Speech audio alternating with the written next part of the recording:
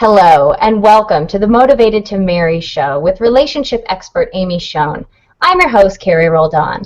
The goal of the Motivated to Marry show is to help marriage-minded singles to find their lasting love partner and give them the tools to solidify that relationship, leading them to a marriage and family life if that is their goal. Today, we're going to be talking about keeping our expectations in check. Should we be keeping our standards high? Let's find out.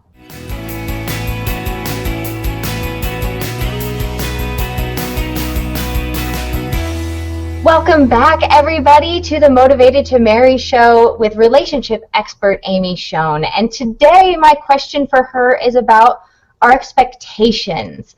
Do we keep our expectations in check? Should we keep our standards high? Do we find a middle ground? What do we do here? Well, standards and expectations are two different things. Let me talk first about standards. Standards are like, again, with our must-haves and would like to have, we all have a concept of who we want to be with and who would be a good partner for us. And yes, I think we should keep our standards high. We don't want to miss out good people, though. So, what are we using to cut people out? That's really what I kind of really delve into in my coaching program and with my private clients, is to make sure you're not cutting out really appropriate people for one reason or another. So what are your standards? Maybe you're college educated and you want to have another person who's college educated or more. So in that sense, yes, you do want to keep your standards high. Yes, there are some very educated people who haven't finished college. Are you open to that? What is education to you? What's the value around that for you? So there's the standards, in a sense, and we have a vision of where we should live and who we should be with and how we should spend our time. So that's one thing. But expectations are a little bit different. And expectations is where I think a lot of people, when they start dating, kind of get really messed up. And so you really have to clear about your expectations. And so, are they aligned? Again, expectations have to do with how someone might treat you or what they may be doing with their free time. And you may be saying, well, I really don't like the fact that they spend all their time cataloging these books, which I had a client do. And the woman was like, why is he spending his time doing that? But that's not her issue. It's really about, she had things she liked to do with her time, and he has times that he likes to do with his time. And it turned out they worked things out and they ended up getting married. So there's just expectations about children and how to raise children and how many to have. And I have a whole list. I have about a dozen areas of expectations that you find that people get really tripped up about. And so, it's helpful to know, financial expectations. Does the guy always pay, or does the women pay just as much? And when do you make that decision? I had a female client who was really kind of like upset. She said, well, we go out to dinner. He pays for dinner. We go back to my house. And then we watch TV. And she goes, why don't we do anything more? She was curious. And he was a perfect gentleman. I just have to say, it wasn't all about the sex. So, and so she did ask him. And I knew that she had a value about equal partnership. And I said to her, well, so she asked him, why don't we do more? And he said, if you contribute more, we can do more. And they had the same kind of jobs with the same kind of salaries. They were a young couple in their early 30s. And so she had to make a decision. Did she want to be treated, like the stereotypical, the man pays, or did she want an equal partnership? And I really kind of called her on that. And she decided to go with the equal partnership. And so she did participate on the financial end. They did go out, they started doing more stuff, and, and that relationship moved forward very nicely. So there's always like a decision-making point in a relationship, and I call them relationship snags. And how you get through those snags really determines whether or not your relationship is going to go forward or not at all. And so to be aware of them and to be, real conscious about the choices you're making is really, as a coach, what I help my clients do. So expectations, just think about, what expectations did you bring into your last relationship and what tripped you up? And you'll find out some really good information through that. And so that's the difference.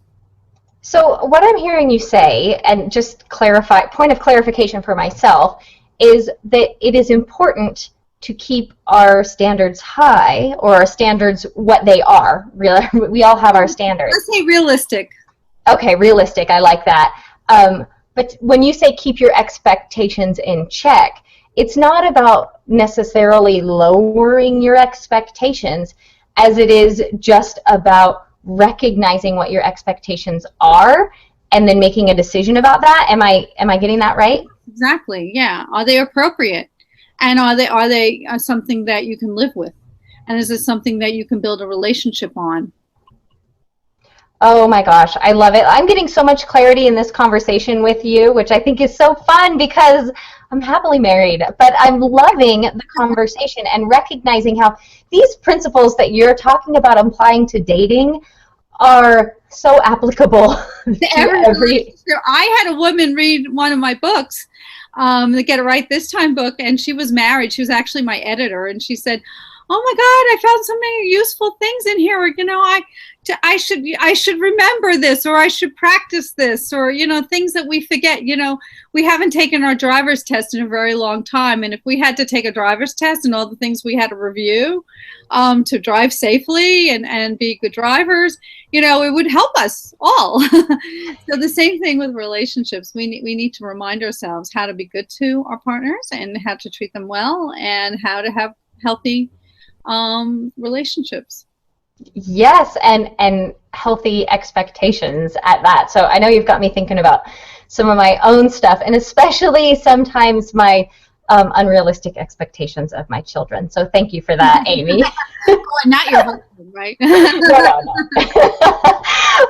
Okay, you guys, so we are just about out of time for today, but I want to make sure that I give you, Amy, an opportunity to tell everybody about your 7-day e-course and, of course, where they can go to grab that. It's 7 simple steps to finding your true love partner, and I know it's really, really valuable and a great first step for anybody who's recognizing, okay, this is me. I fit into that motivated to marry label. Go ahead and tell them where to go.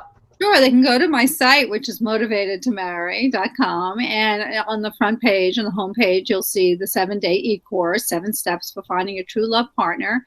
And really, it's very simple. It just takes 2 minutes a day to read, but what you're going to read is going to hopefully shift how you look at dating and relationships, and really hopefully be a little bit of a change. And hopefully you'll want to learn more. And I mean, because I have an 8-module course for the Motivated Married Dating Secrets program. So I don't want to scare you. It's not, everything is very like step by step by step. So, I make it really easy to follow and easy to do. And as well as, learning some breakthroughs. So you're really going to shift how you put your dating radar and really attract the right person for you. And recognize that person when you do meet them. Oh, so important, by the way, recognize that person when you meet them. Okay, on that note, you guys, I'm going to close up shop for today and just thank you all for being here on the Motivated to Marry show. I know that as you're watching or listening to episode after episode, you guys are gaining clarity and insight, because I absolutely am. So head on over to motivatedtomarry.com and take that first step with Amy in downloading the free e-course.